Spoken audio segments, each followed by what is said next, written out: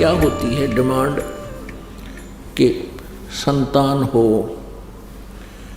और संतान में भी पुत्र नहीं हुआ तो हम संतुष्ट नहीं होते।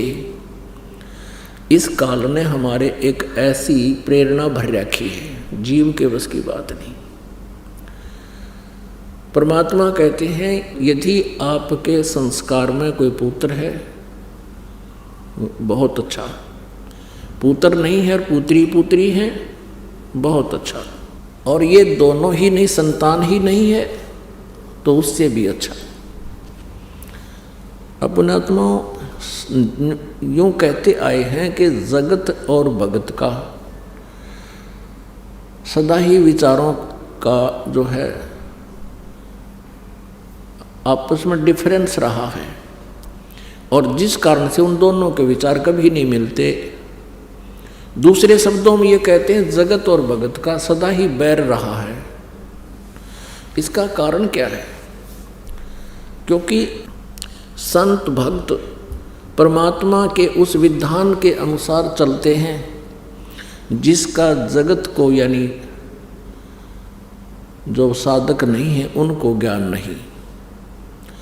जगत को ज्ञान है केवल काल प्रेरणा का, काल की व्यवस्था का, ज्योति निरंजन द्वारा एक सुनियोजित षड्यंत्र रच के जो फंसा रखे हैं केवल वहीं तक वह सीमित है।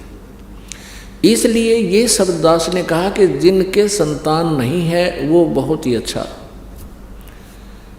और है वो भी अच्छा, पुत्र है वो भी अच्छा, पुत्री पुत्री है तो भी अच्छा, लेकिन संतान बिल्कुल नहीं है बहुत अच्छा। क्योंकि यदि आप भक्ति करना चाहते हैं तो परमात्मा के विधान से आपको परिचित होना पड़ेगा, उस पर विश्वास करना ही पड़ेगा। हम यहाँ एक दूसरे के साथ संस्कारों के कारण जुड़े हुए हैं, और संस्कार से ही कोई पुत्र बनता है, कोई पुत्री बनती है। संस्कार से ही हम एक दूसरे के नाती बनते हैं, कोई साला बनता है, कोई दामाद बनता है, कोई ससुर बनता है, कोई सास बनती है। कहने का भाव ये है कि हम एक दूसरे से के साथ हमारे संस्कार जुड़े हुए हैं, जिस कारण से हम यहाँ संयोग से जुड़ते हैं, उस पूर्व जन्म के संयोग से। उन संस्कारों से हमारा फिर संयोग बन जाता है, हम यहाँ एक दूसरे के साथ जुड़ जाते हैं। एक उदाहरण देते हैं। एक व्यक्ति था, किसान था, उसको एक पुत्र प्राप्त हुआ, उसकी पत्नी की मृत्यु होगी। उसने दूसरा विवाह करवाया, उससे एक पुत्र की प्राप्ति हुई, फिर उसकी पत्नी की भी मृत्यु होगी और स्वयं की भी मृत्यु होगी। बड़ा लड़का जो था वो पहले वाली पत्नी से था, और दूसरा दूसरे वाली पत्नी से हुआ। उनकी आपस में एज फैक्टर में कम से कम भी 10-12 वर्ष का अंतर था। छोटा लड़का 12 वर्ष का हुआ तो बड़े बड़े लड़के का विवाह हो चुका था। छोटे वाला लड़का यानी उसका छोटे वाला भाई बीमार हो गया। अब उन दोनों ने बहुत कुछ इलाज करवाने की चेष्टा की, भाई और भाभी ने, लेकिन इलाज भी करवाते रहे। फिर कुछ दिन के बाद उनके मन में दोष आ गया कि यदि ये अब मृत्यु को प्राप्त हो जावे तो सारी जमीन अपनी ही रह जावे, सारी संपत्ति अपने पास रह जावे, और अब ये बीमार चल ही रहा है, सभी को पता है। तो उन्होंने क्या स्कीम बनाई, एक डॉक्टर से बात कर ली।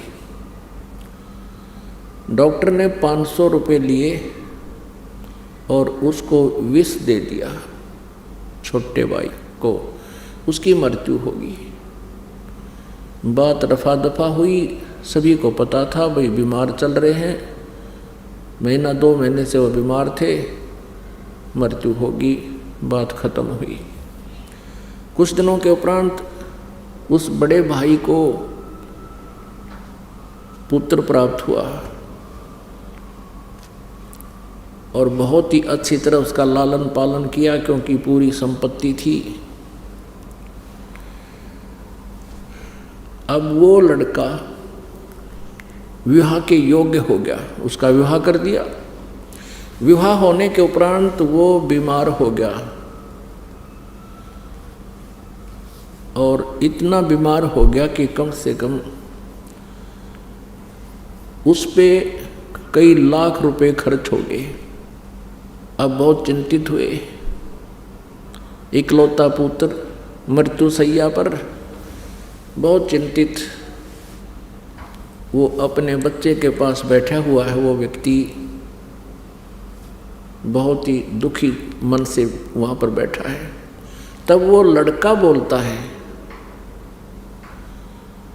जो बीमार था, रोगी था। उसने कहा कि भैया अब मेरा और तेरा केवल एक कफन और लकड़ी का हिसाब किताब शेष रहता है, बाकी सब मैंने अपना चुकता कर लिया। लगभग आधी संपत्ति उसने सेल कर दी उस अपने पुत्र के इलाज के लिए, ट्रीटमेंट के लिए। तब उस व्यक्ति ने सोचा कि बच्चा बहुत बीमार है, इसकी मानसिक हालत भी बिगड़ गई है, ये मुझे भाई कह रहा है। तब उसने कहा कि बेटा मैं तेरा भाई नहीं, तेरा पिता हूँ। तब उसने कहा, लड़के ने जो रोगी था, कि मैं खूब जानता हूँ तू मेरा क्या है।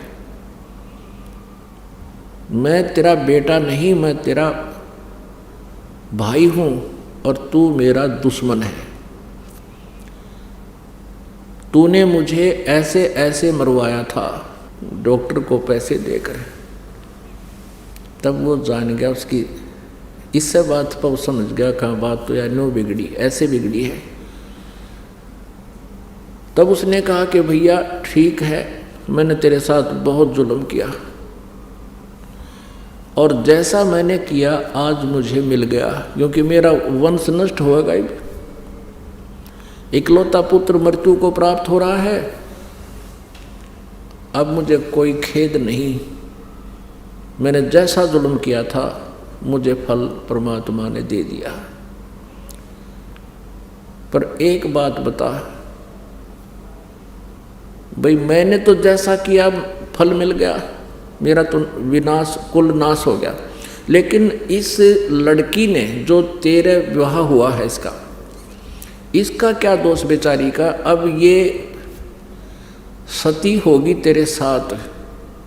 पहले सती प्रथा थी, पति मर जाता था तो पत्नी को साथ चिता में जिंदी जलाया करते थे, जीवित को फूका करते थे, उसको सती प्रथा कहते थे।